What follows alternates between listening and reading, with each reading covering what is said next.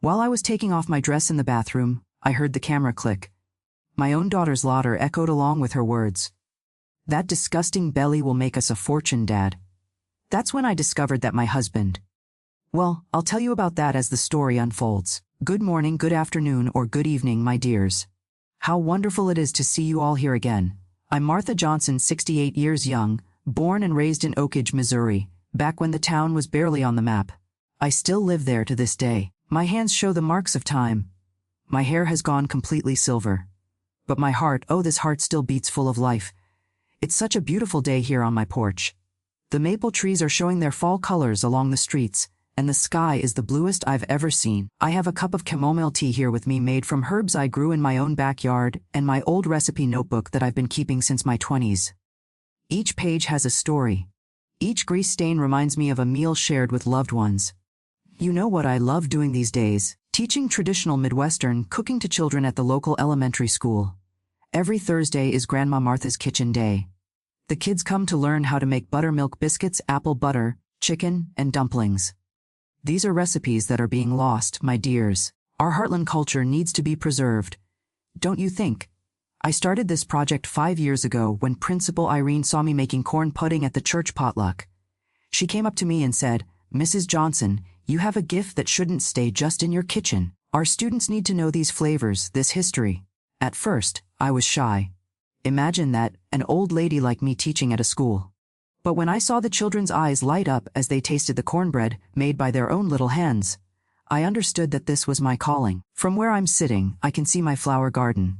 I grow roses that I tend with all my love, an apple tree I planted when I first moved to this house, and even a small vegetable patch with tomatoes, bell peppers, and herbs. It's a blessing to be able to harvest your own food, to feel the soil in your hands. Life has these things, you know, it hurts us, it breaks us, but it also gives us gifts every day if we know how to see them. And you, my dear viewers watching me now, tell me in the comments, which little town are you watching from?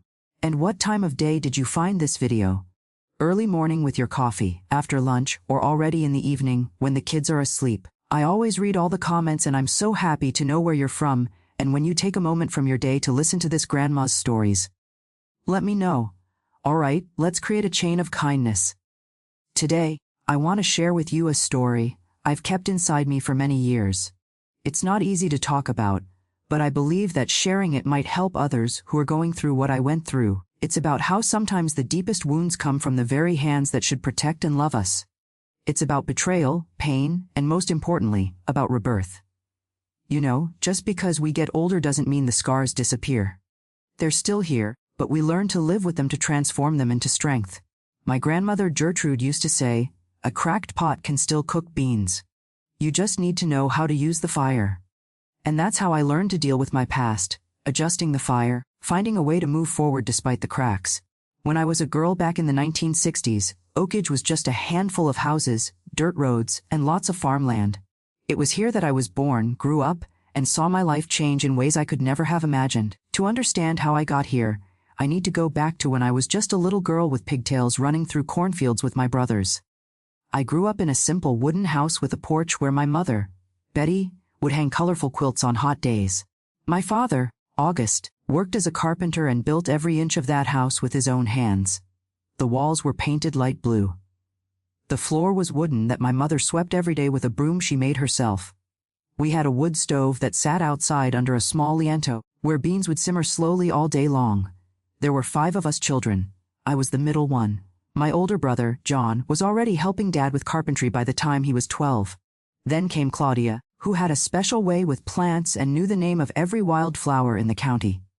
After me came the twins, Arthur and David, 2 little troublemakers who were always up to something, but who defended me tooth and nail when any child bothered me at school. Our routine began early with the Ruers's crow from our backyard. Mom would get up first, light the fire, and soon the smell of fresh coffee would fill the house. Dad would leave for work carrying his lunch pail with cornbread and ham. We children would help with chores before going to school, fetching water from the well, feeding the chickens, sweeping the yard. The school was almost an hour's walk away. We'd all go together, barefoot most of the time, carrying notebooks wrapped in brown paper to keep them from getting wet if it rained. Miss Ununis taught all grades together in one room. She was strict but had a heart as big as the Mississippi. She was the first to notice I had a way with numbers and encouraged me to keep studying. In our free time, our games were simple. We'd fish for catfish in Willow Creek with bamboo poles and hooks that John made. We'd climb trees to pick fruit, apples, peaches, cherries. The girls would play house under the oak tree using fallen acorns as food. The boys would build wooden cars with spools of thread for wheels. And when it rained, the joy was to run barefoot in the downpour, feeling the wet earth between our toes. We had a neighbor, Mrs. Quinn, who was like a second grandmother to us. A widow, she lived alone in a little pink house and made the best apple butter and pumpkin preserves in the county. On Sunday afternoons after service at the little Baptist chapel, we'd all go to her house to hear ghost stories while eating her wonderful sweets. It was from her that I learned my first kitchen secrets. Oakage in those days was a place where everybody knew everybody. The town was still being established. It had been founded just a few years earlier, and the families who arrived came mainly from Kentucky and Tennessee, looking for cheap land to grow corn and raise cattle. We didn't have electricity, just kerosene lamps that we lit when the sun went down. Running water, not a chance. The luxury was having a well in the yard. Community celebrations were the most anticipated moments. At the 4th of July picnic, the girls would dress up in colorful dresses, and the boys would compete to see who could jump over the highest bonfire. During the county fair, red, white, and blue bunting would decorate the entire town, and the parade would go from house to house with music and singing.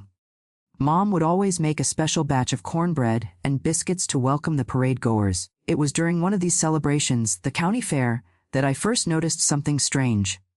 I must have been about 10 years old. I was square dancing with the other children when I noticed a man looking at me in a different way. It was Mr. Olson, who owned the only general store in town. I felt a bad shiver and ran to my mother. I told her what had happened, but she just said, "Don't fuss about it, girl. Men, look, you'll have to get used to it."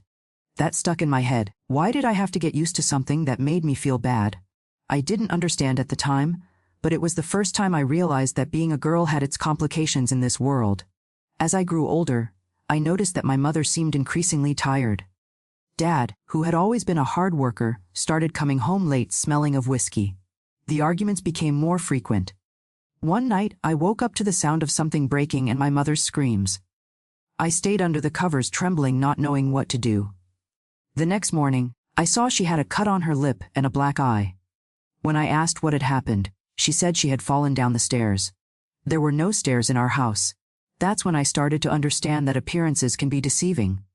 On the outside, we were a family like any other in Oakage. On the inside, we were beginning to crumble like a termite mound after the rain. John, my older brother, was the first to leave. He couldn't stand seeing what was happening and left to work on the cornfields in Iowa further north. Claudia married at 16 to a boy from Springfield, more to escape home than out of love. That left the three of us, the youngest, at the mercy of our father's increasingly unstable moods. Mom became different too.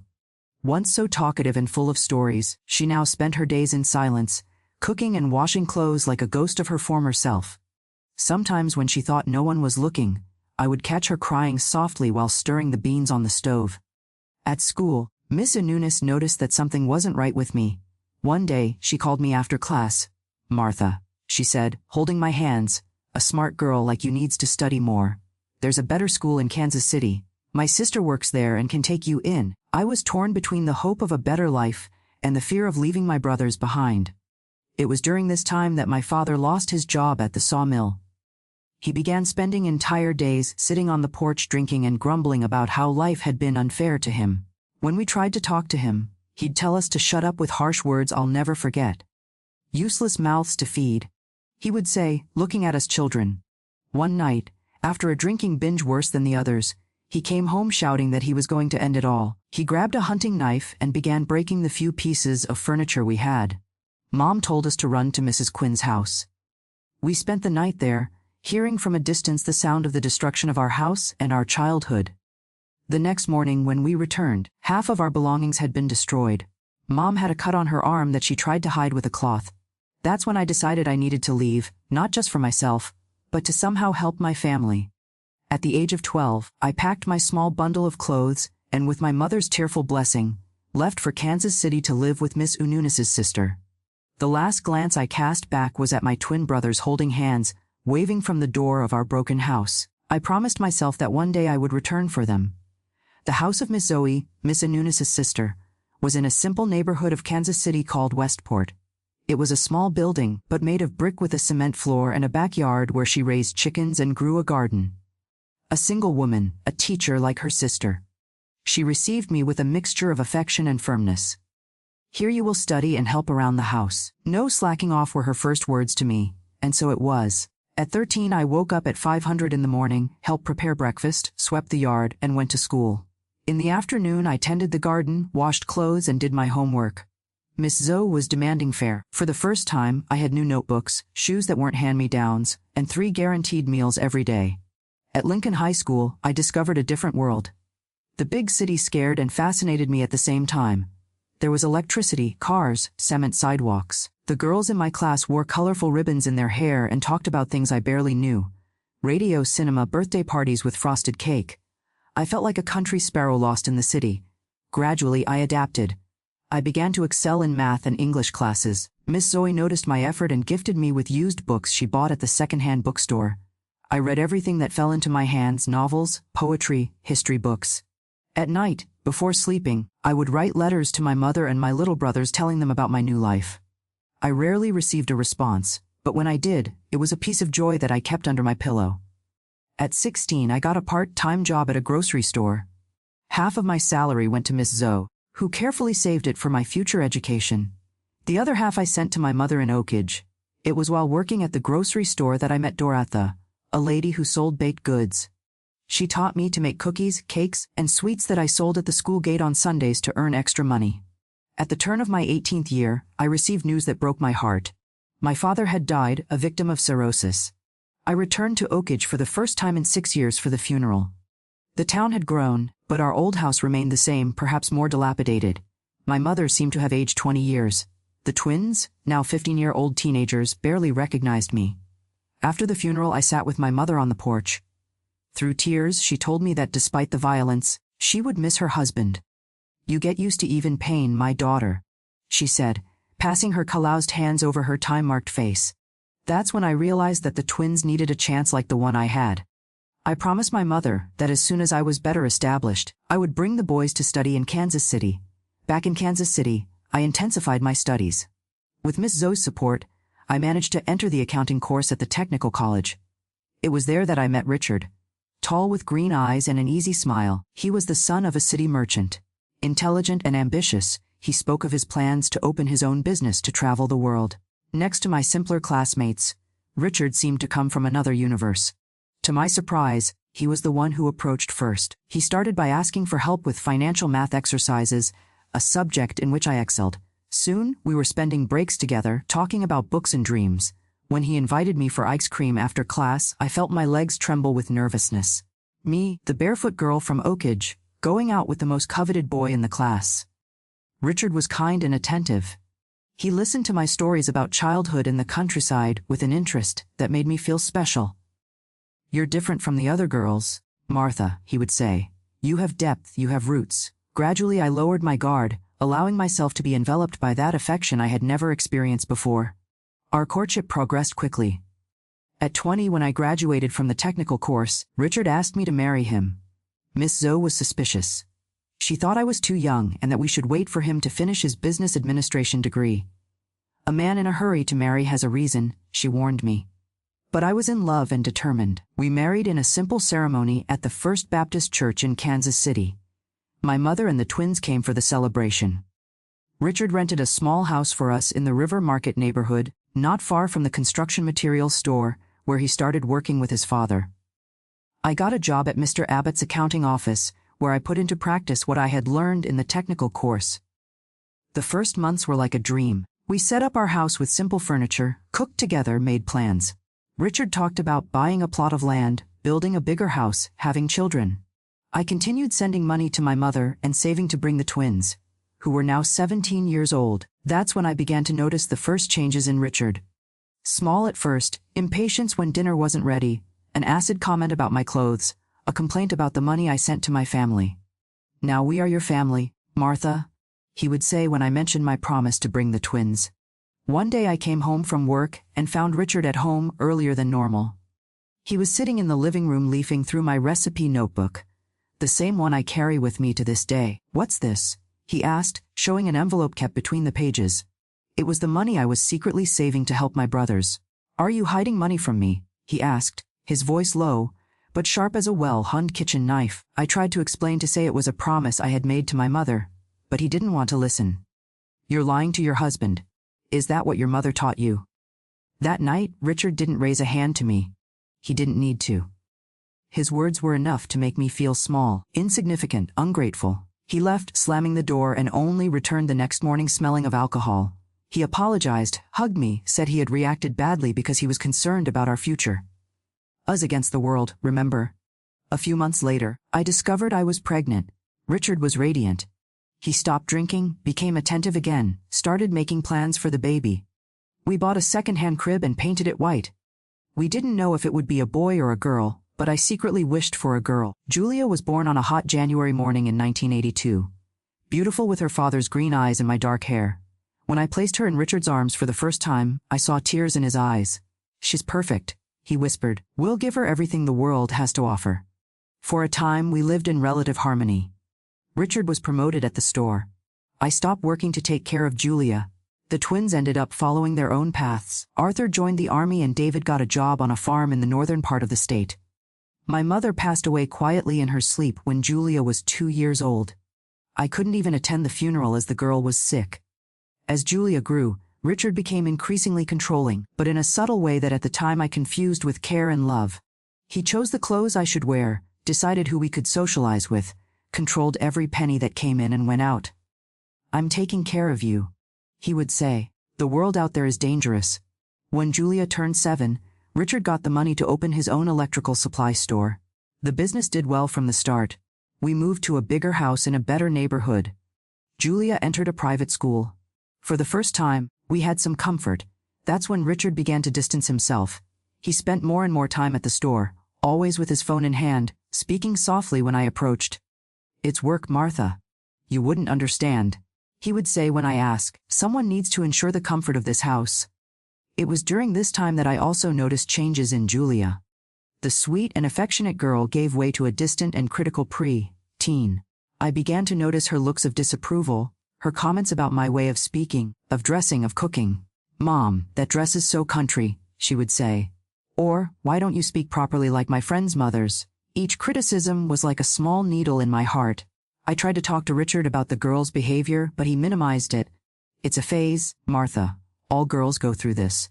Sometimes I even caught a little smile at the corner of his mouth when Julia made a particularly cruel comment about me. One day when Julia was 12, she entered the bathroom while I was showering. Instinctively, I tried to cover myself. I had always been reserved, never felt comfortable showing my body.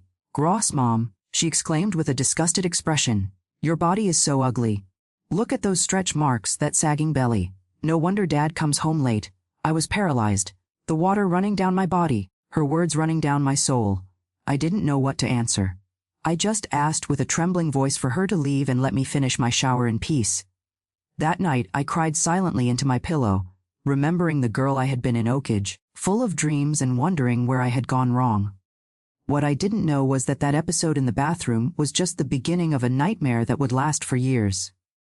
A nightmare I could never have imagined, plotted by the two people I loved most in the world. After that day in the bathroom, something definitely changed in our house. It was as if a floodgate had been opened and there was no going back.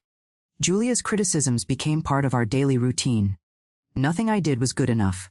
The coffee was weak, the clothes weren't ironed well. The house wasn't clean enough. "Mom, are you really going out with your hair like that? Looks like a tornado went through your head." Or, "This food tastes like dirt." Other mothers know how to cook properly. And even, "Why do you talk that way? It's embarrassing when my friends come over." Each word was like a small stab. The worst part was that Richard, instead of defending me or guiding our daughter, seemed to find amusement in the situations. Sometimes I caught him observing these interactions with a strange smile at the corner of his mouth, almost satisfied. When I tried to talk to him about Julia's behavior, the answer was always the same. "You're exaggerating, Martha. She's just growing up, discovering who she is. All teenagers are like that." And he would add, Maybe you should try harder to update yourself, improve a bit. So, I became increasingly insecure and isolated. The few friends I had in Kansas City drifted away. Richard always found flaws in them, said they were opportunistic or bad influences. My contacts with my brothers were reduced to quick phone calls on commemorative dates. Life continued to appear normal to those looking from the outside. Richard prospered in business. Julia attended one of the best schools in the city, had ballet classes, English lessons, swimming. We lived in a nice house in the Brookside neighborhood with 3 bedrooms, a yard, and even a small pool. But within those walls, I felt increasingly like a stranger, a servant in my own home. It was when Julia entered adolescence that things significantly worsened. At 14, she was already a beautiful young woman with her father's features and my height. She had a group of friends from school, girls from wealthy families who occasionally visited her. I noticed that when these girls were at home, Julia's behavior towards me became even crueler, as if she wanted to humiliate me in front of them. One afternoon, I returned earlier than expected from the supermarket and found Julia and her friends in the living room. When I entered carrying heavy bags, Julia looked at me with disdain and said, "Look, girls, this is what happens when you don't study and end up being just a housewife. Take it as a lesson." The girls laughed, and I felt my cheeks burn with shame. I lowered my head and went straight to the kitchen, tears blurring my vision as I put away the groceries. On another occasion, I was ironing clothes while Julia was talking to Richard in the living room. "Dad," she said loud enough for me to hear. "Why did you marry Mom? She's so simple. You could have chosen someone better." The silence that followed the question hurt more than any answer. Richard didn't defend me. He simply changed the subject. The most difficult moments, however, continued to be those related to my body. Julia seemed to have a fixation on pointing out my physical imperfections, especially when I was most vulnerable. She began entering the bathroom while I was changing or showering with a disturbing frequency. "Look at these cellulites, Mom. It's disgusting. Your belly looks like a poorly kneaded bread dough. These stretch marks are repulsive. How does Dad stand looking at this?" When I asked for privacy or tried to lock the door, she would complain to her father, who invariably took her side. "What secret do you have to hide, Martha? She's your daughter, for God's sake. Stop creating drama." There was something strange about this insistence, something I couldn't fully understand. Why did my daughter seem so obsessed with seeing me naked, with pointing out every imperfection in my body? Why did my husband, who had barely touched me for years, encourage this behavior? One day, I noticed that some of my underwear had disappeared from the drawer.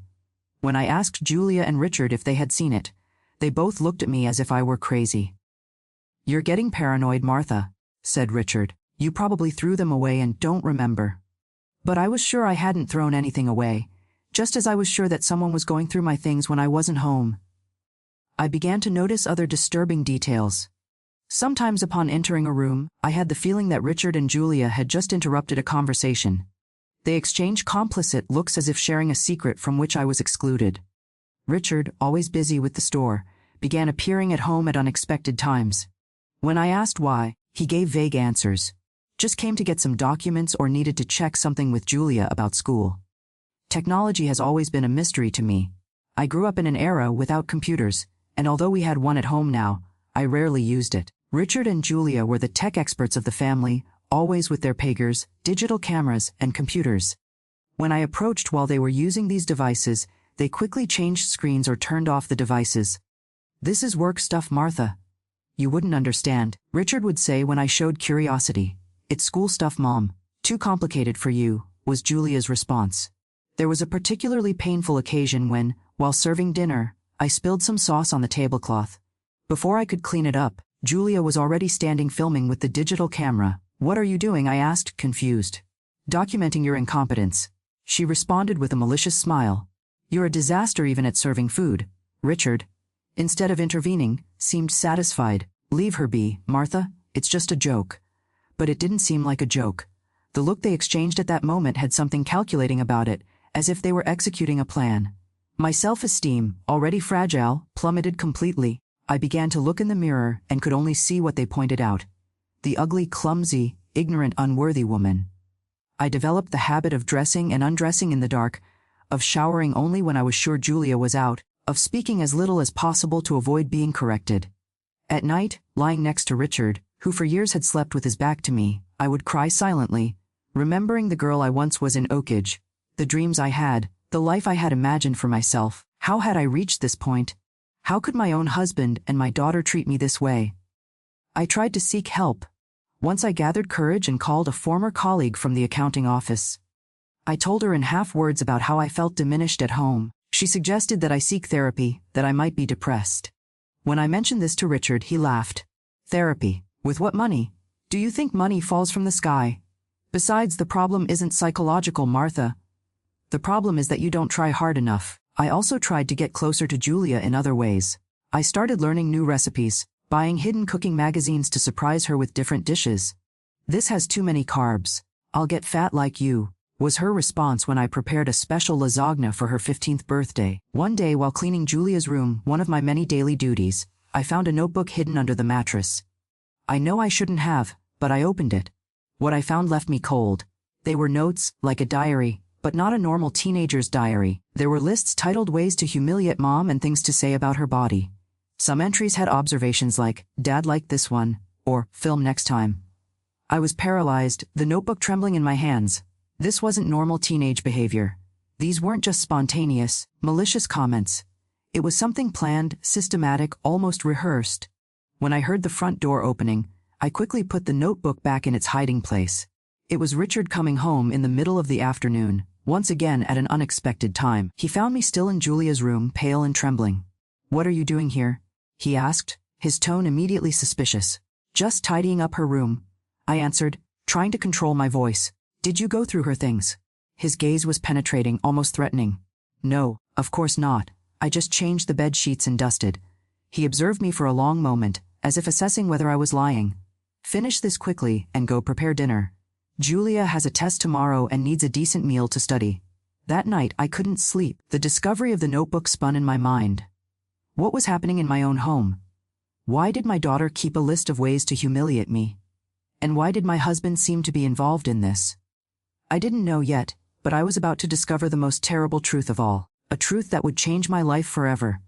The discovery of that notebook changed something inside me.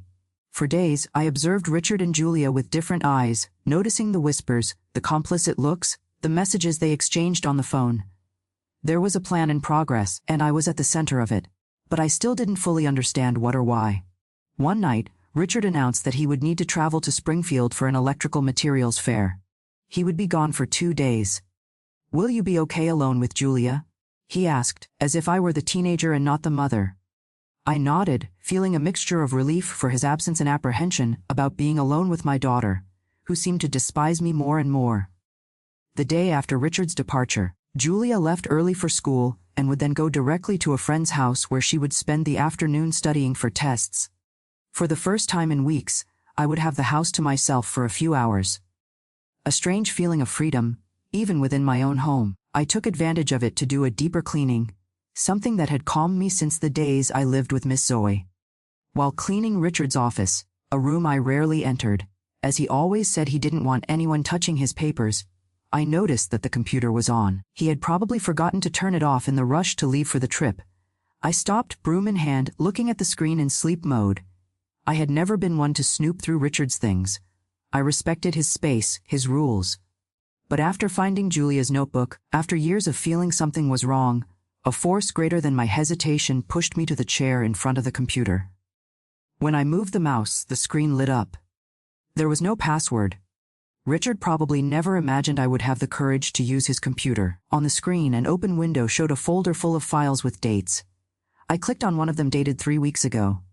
What I saw made my blood freeze in my veins. It was a video of me in the bathroom naked. The camera was positioned at an angle I would never suspect, capturing every movement as I undressed to enter the shower. The quality was good, almost professional. And then Julia's voice off camera. "Look at that fat, she looks like a pig." My face in the video contracted with pain, but I continued undressing, not realizing I was being filmed. My fingers trembled so much I could barely click to close the video. But there were dozens of similar files, all with different dates covering years.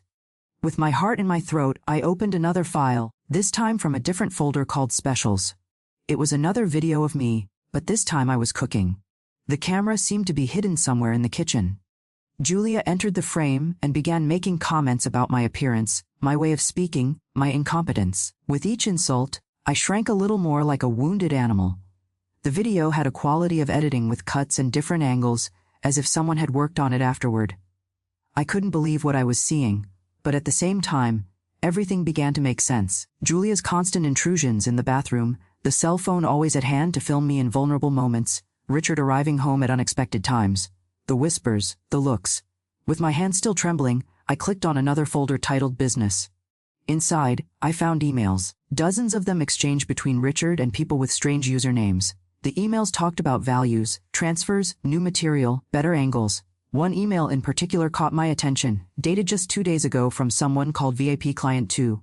Richard, the last video in the Mother Humiliation series was excellent.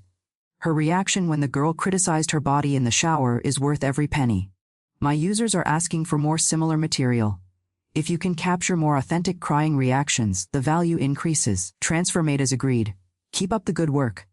I read and reread that message trying to process what it meant. Gradually, the terrible truth took shape in my mind. Richard and Julia weren't just humiliating me out of gratuitous cruelty. They were filming me, editing the videos and selling them. Selling my humiliation, my pain, my naked and aging body exposed against my will. They were profiting from my suffering. The tears came, hot and abundant, running down my face and falling onto the keyboard. I almost vomited right there in front of that screen that revealed the monstrosity that was happening under my own roof. Perpetrated by the man with whom I had shared my life for more than 2 decades. And by the girl I had carried in my womb. I don't know how long I sat there paralyzed crying. When I finally managed to move, a thought took hold of me. I needed evidence. If I confronted Richard with just what I had seen, he would deny everything, say I was crazy, making things up, as he had done so many times. With a flash drive I found in the desk drawer, I began copying all the files I could, videos, emails, transfer receipts. Each click was a stab in my heart, especially when I needed to see the thumbnails of videos where I appeared in humiliating or intimate situations. But I continued, driven by something stronger than pain, perhaps anger, perhaps survival instinct. As the files were being copied, an old memory came to my mind. My mother on the porch of our house in Oakage saying, "You get used to even pain, my daughter." I had gotten so used to daily abuse that I stopped recognizing it as such. I accepted as normal something that was far, very far from being acceptable. A noise at the front door made me jump from the chair. Quickly, I turned off the monitor without shutting down the computer so as not to interrupt the copying of files, put the flash drive in my apron pocket, and left the office, closing the door. I picked up the broom I had left, leaning against the wall, and pretended to be cleaning the hallway. It was Julia, returning earlier than expected. When she saw me, her look was one of contempt as always. "What are you doing near Dad's office?"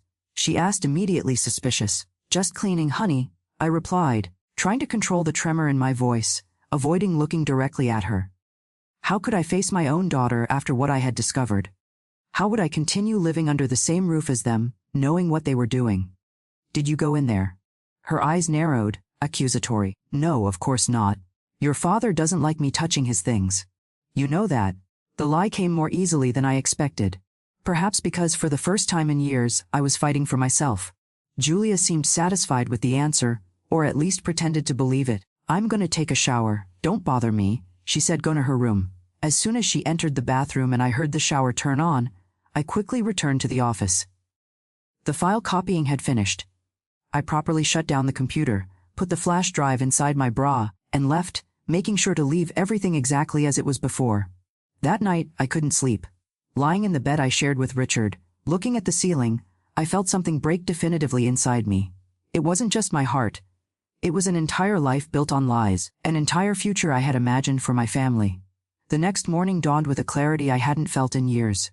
As I prepared breakfast for Julia, as I did every day, my mind was working on a plan.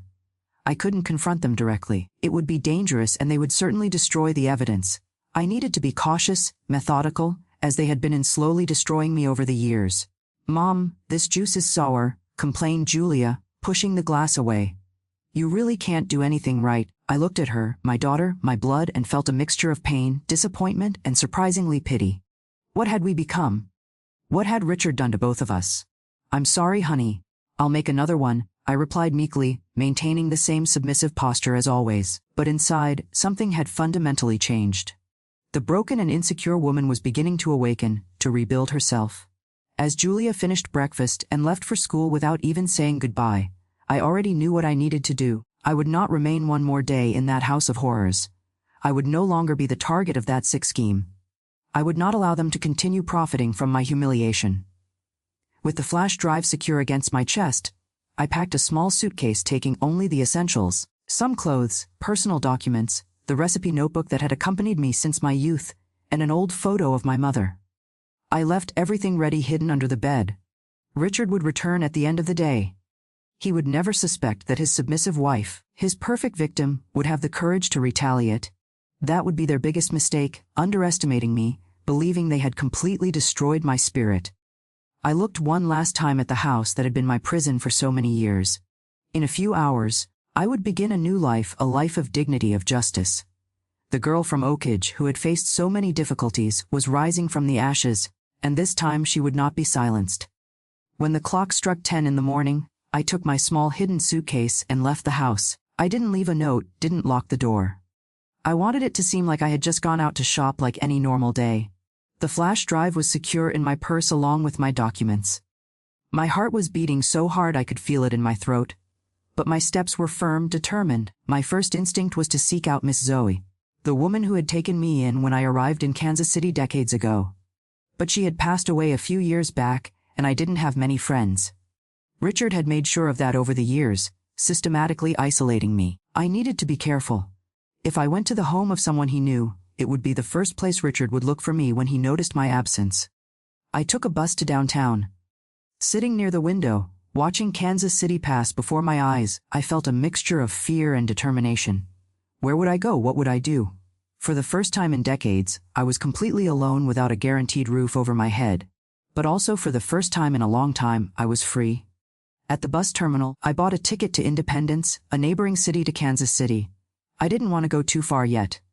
I needed to resolve the situation with Richard and Julia before any long-term plans. In Independence, I looked for a small inn called Traveler's Rest, run by an elderly couple, Mr. Oliver and Mrs. Daisy. I paid 2 days in advance with part of the money I had secretly saved over the years, hiding a few coins here and there from the change from groceries. The room was simple, a twin bed, a small wardrobe, a clean but basic bathroom. To me, it seemed like a palace. I sat on the bed looking through the window that faced a quiet street, and for the first time in a long time, I cried freely without fear of being ridiculed or filmed. I cried for the young woman I once was, for the mother I tried to be, for the life I had dreamed of. When the tears dried, I washed my face with cold water and looked in the mirror. I saw the swollen eyes, the wrinkles around them, the hair beginning to show gray strands. But I also saw something I hadn't seen in a long time. Dignity. Courage. I opened my purse and took out the flash drive. I sat at the small desk in the room and connected it to my cell phone using an adapter I had bought years ago and almost never used. I needed to verify what I had managed to copy, organize the evidence. What I saw again filled me with nausea and horror. Dozens of videos of me in intimate situations or being humiliated, emails negotiating values, bank transfers. There was enough material there to incriminate Richard for years. As I organized the files, I noticed something I hadn't realized in the rush to copy everything. Some of the transfers came from accounts abroad. What Richard was doing wasn't just a violation of my privacy and dignity. It was a sophisticated scheme, probably illegal on various levels. This explained the miraculous growth of his business in recent years. The money for the new house, for Julia's expensive school, for the luxuries he insisted he achieved with hard work. That night I couldn't sleep properly, haunted by nightmares where Richard and Julia chased me, laughing at my attempts to escape. I woke before dawn, sweaty and trembling. But the daylight brought clarity. I knew what I needed to do. After a simple breakfast served by Mrs. Daisy, who looked at me with gentle eyes, asking if I was okay, I left the inn with a purpose. I took a bus back to Kansas City and got off downtown near the courthouse. I had never entered there, but I knew it was where the justice organs were located. Asking a few people, I was directed to the specialized police station for the defense of women, which was a few blocks from there. The building was more welcoming than I had imagined, with posters about women's rights on the walls. At the reception, a young policewoman attended to me. I swallowed the lump in my throat and said, "I need to file a complaint about my husband and my daughter." The policewoman, whom I later found out was named Tanya, took me to a private room where I could tell my story. It was difficult to find the right words to explain what had happened without going into explicit details. The shame still consumed me, even knowing that I was the victim, not the guilty one. Mrs. Johnson, what you're describing constitutes several crimes, said Tanya after hearing my initial account. We need to register a police report, and you will have to testify formally. May I call the detective for us to talk better? I nodded, my hands trembling as I held my purse against my chest as if it were a shield. Minutes later, Detective Irene Flowers entered the room. She was a middle-aged woman with firm but gentle eyes who emanated a quiet authority. Mrs. Johnson, Officer Tanya briefly reported your situation to me. I want you to know that you are in a safe place now, and we will do everything necessary to protect you and hold the culprits accountable. You said you have evidence. I showed the flash drive, explaining how I had managed to copy the files. The detective called an IT technician who transferred all the content to the police station's computers. Meanwhile, I gave my formal testimony describing years of psychological abuse, the discovery of the videos, the sales scheme.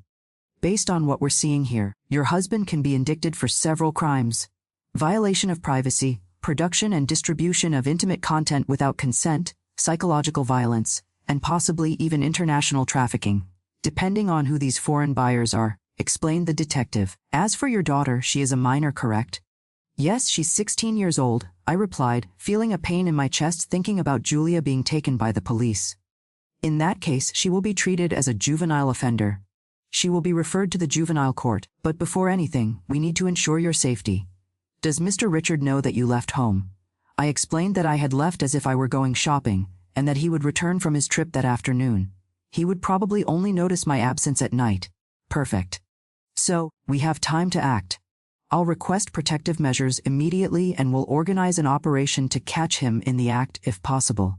The cybercrime team is already analyzing the material, and will need a warrant to seize the equipment in your house. The following hours were a whirlwind. I signed papers, answered more questions, drank bitter coffee from plastic cups. The detective offered to refer me to a shelter, but I preferred to return to the inn in Independence. I wanted to maintain some independence, some control over my own life. In that case, do not return home under any circumstances, at least until we arrest your husband, warned the detective. And keep your cell phone always nearby. I'll program an emergency number for quick dialing in case he tries to contact or find you. I returned to the inn, feeling strangely light, as if an enormous weight had been lifted from my shoulders. There was a long road ahead, but I had taken the first step. For the first time in decades, I was confronting the abuse instead of silently accepting it. The next morning, I received a call from Detective Irene. Her voice contained satisfaction. Mrs. Johnson, I wanted to inform you that we obtained the warrant and conducted the operation last night. Your husband was caught in the act while accessing and trying to delete the files you showed us. We seized all computers, cell phones, and storage media from the house. As for your daughter, she was apprehended and referred to the juvenile detention center where she will remain until the hearing. I collapsed on the bed trembling. It was real. It had happened. Richard was in jail. Julia was in custody. The tears came again, but they weren't just tears of pain. There was relief in them and also grief for the family I thought I had. And that never really existed. What now? I asked, my voice choked. Now the judicial process begins. You will need to appear at some hearings, but don't worry, we will provide psychological support and free legal assistance. As for returning to your house, I don't want to go back to that house, I interrupted, surprising myself with my own firmness. There are too many bad memories. I understand, but legally the house is a marital asset, and you have a right to your share. I suggest you seek the public defender's office for guidance on the division of assets and divorce. In the days that followed, I was guided by the social assistants of the police station and referred to a support group for women victims of violence. There I met other women who, like me, had found the strength to break cycles of abuse. Among them was Ivy, a retired social worker who would become a precious friend in the months that followed. It was Ivy who helped me find a place to stay after I left the inn, a small rented room in her house in Independence. It was also she who encouraged me to seek therapy and to resume my accounting skills to look for a job. The judicial process was long and painful. Richard was sentenced to 8 years in prison for various crimes, including production and distribution of intimate material without consent, psychological violence, and association with international trafficking of improper content. As for Julia, the most painful part of it all, she remained under state custody for 6 months, receiving intensive psychological counseling. The reports indicated that she had been manipulated by Richard from an early age, developing pathological behavior towards me. I never returned to that house in Brookside. With the guidance of the public defender's office, I got my share from the sale of the property and other assets. It wasn't a fortune, but it was enough to start over. And it was thinking about this fresh start that I made the decision that would once again change the course of my life to return to Oakage, my homeland. Returning to Oakage was like closing a circle. When I stepped again on that red earth almost 40 years after having left as a frightened girl, I felt that I was finally coming home. The town, of course, was no longer that handful of houses from my childhood. It had grown, developed with buildings, asphalt, commerce, but the sky remained equally blue. The air had the same smell of farmland, and the people maintained that welcoming way of the Missouri countryside. With the money from my share of the sale of the house and assets in Kansas City, I bought a simple but comfortable little house in the Maple Creek neighborhood with 2 bedrooms, a cozy living room, spacious kitchen, and a backyard where I soon began to plant a bit of everything. Basil, rosemary, peppers, tomatoes, as well as the flowers I always loved. Each planted seedling was like an affirmation. I am putting down roots again. I am rebuilding my life. At 58, it wasn't easy to start over. For a while I lived off my savings while trying to reconnect with the town and with myself. The therapy, which I continued doing by phone with the psychologist I had met in Kansas City, was fundamental in this process. Gradually, I learned to look in the mirror without hearing the critical voices from the past, to value my skills, to forgive myself for having allowed the abuse for so long. It was during this healing period that I rediscovered my love for cooking. No longer as an obligation or source of criticism, but as a pleasure, a form of expression. I began to recover the old recipes I had learned from my mother, from Mrs. Quinn, from Doratha, from the grocery store. I experimented with new combinations, adapted traditional dishes, invited neighbors to taste my creations. My neighbor Nancy, a retired teacher, was the first to suggest that I make this more than a hobby. "Martha, these apple fritters are the best I've ever eaten. You should sell at the farmer's market." At first I resisted the idea. I still felt insecure about exposing myself like that, but Nancy insisted until one Saturday in October, there I was with a small table at the market selling apple fritters, cornbread and cheese biscuits. To my surprise, everything was gone before noon. The following week, I needed to make twice as much, and even that wasn't enough. My treats gained fame in the town, and soon I had orders for parties, meetings, even for the city hall when they received visitors from out of town. It was as if each recipe carried a bit of my story, of my resistance, of my rebirth. Today, at 68, I maintain a peaceful and rewarding routine here in Oakage. I wake up early with the birds singing in the backyard. I have my coffee on the porch, observing the roses I cultivate with care. On Mondays and Wednesdays, I still sell at the farmer's market, but now I have help from Mary, a young single mother who has become almost a daughter to me. On Thursdays, as I mentioned, I go to the elementary school to teach traditional cooking to the children, a project that started 5 years ago and has become one of the great joys of my life. My house is always open. Nancy drops by almost daily for coffee. Mr. John, not my brother, but a gentleman who has the same name as him, comes by in the afternoons for a game of dominoes on the porch. The young people in the neighborhood affectionately call me Grandma Martha, and always show up to try some new recipe.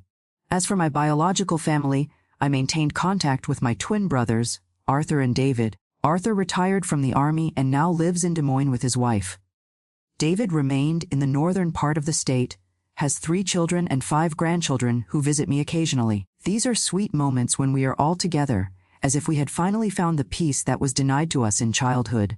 And Julia, that's the question many ask me with lowered eyes, hesitant voices. My daughter served the period determined by the justice system in the juvenile detention center, and then went to live with a paternal aunt in Chicago. In the first years, we had no contact.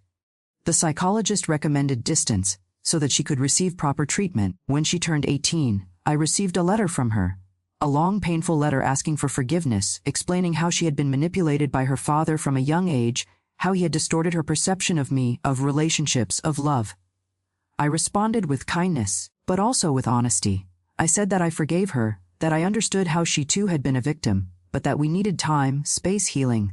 Today, we have a distant but cordial relationship. She lives in Evanston, is a university professor, married without children. We talk a few times a year by phone. Maybe one day the wound will heal completely, maybe not. I've learned that some reconciliations happen slowly over decades and others remain incomplete. And that's okay. What matters is that I found peace. In my little house in Oakage, surrounded by my flowering garden, by people who truly love me, by children who call me grandma. Even without blood ties, I feel that I am finally living the life I always deserved. It's not a life of luxuries or grand events, but it's full of small, authentic joys, of dignity, of purpose. Sometimes when I'm teaching a girl to knead bread dough, or when I see an especially beautiful sunset tinting the oakage sky, I think of the long journey that brought me here, of the pains, the struggles, but also of the hands that extended to help me in the most difficult moments. And I feel gratitude for the strength I discovered in myself, for the chance to start over, for the opportunity to transform my story of pain into a message of hope for others. My dear friends, I come to the end of this conversation with a light heart for having shared such an intimate piece of my journey. You know, when I look back, I see that my story is not just about pain. It's about rediscovery, about finding strength in places I didn't even know existed within me. For you women who carry invisible scars in your hearts, I want to say your traumas do not define who you are.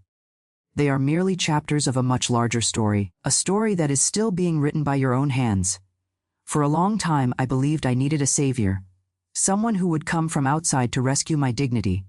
But I discovered that within us exists a silent strength, dormant perhaps, just waiting for the right moment to awaken. Reconstruction doesn't happen overnight. It's like a gentle rain on the countryside. It seems insignificant, but it nourishes the earth little by little until one day you notice that flowers have sprouted, where before there was only cracked earth. Each small act of courage, be it looking in the mirror and smiling at yourself, or saying no when before you would say yes out of fear, is a drop of that renewing rain. I learned that my wrinkled hands are capable not only of making a perfect pie, but also of rebuilding an entire life. Age has given me a wisdom that many mistake for weakness. But it's just the opposite. There is a silent power in us, mature women who have weathered storms, and still maintain the ability to cultivate gardens. I discovered that my voice, even when trembling, has power when I decide to use it. And I'm not talking about shouts or speeches, but that inner voice that says, "You deserve peace. You deserve respect. You deserve joy." Hearing that voice, believing in it, was the first step of my healing journey. Time doesn't erase all marks, but it teaches us to transform them into something meaningful. My wrinkles are maps of the difficult paths I've traveled, and today I carry them with pride. Each line tells a story of silent resistance, of small daily victories, and if there's one thing I've discovered, it's that it's never too late to bloom. At 58, when many think about retreating, I was just beginning my true life. Today, at 68, I feel that I still have much to discover, to create, to share. For those still walking through the darkness of trauma, know that there is light at the end of this journey. Not the light of an external savior, but that which you yourself light step by step, day by day. Trust your time, your process. Healing is not linear. There are days of advance and days of retreat, and all of them are necessary parts of the journey. My dear viewers who have watched me this far, I ask from my heart, please subscribe to this channel now and hit the notification bell. Each subscription is like an extended hand to other women who need to hear that it's possible to start over. No matter the age, no matter the trauma, share this video immediately with some woman you know who needs strength to take the first step. A shared story can be the first ray of light in dark days. Leave in the comments the word rebirth. If you watched this far and believe that every woman deserves the chance to rewrite her story, do it now. Don't wait another minute. Your action can be the turning point in the life of someone who is suffering in silence as I suffered for so many years. And always remember, when we plant seeds of hope in other people's hearts, our own garden blooms even more beautifully.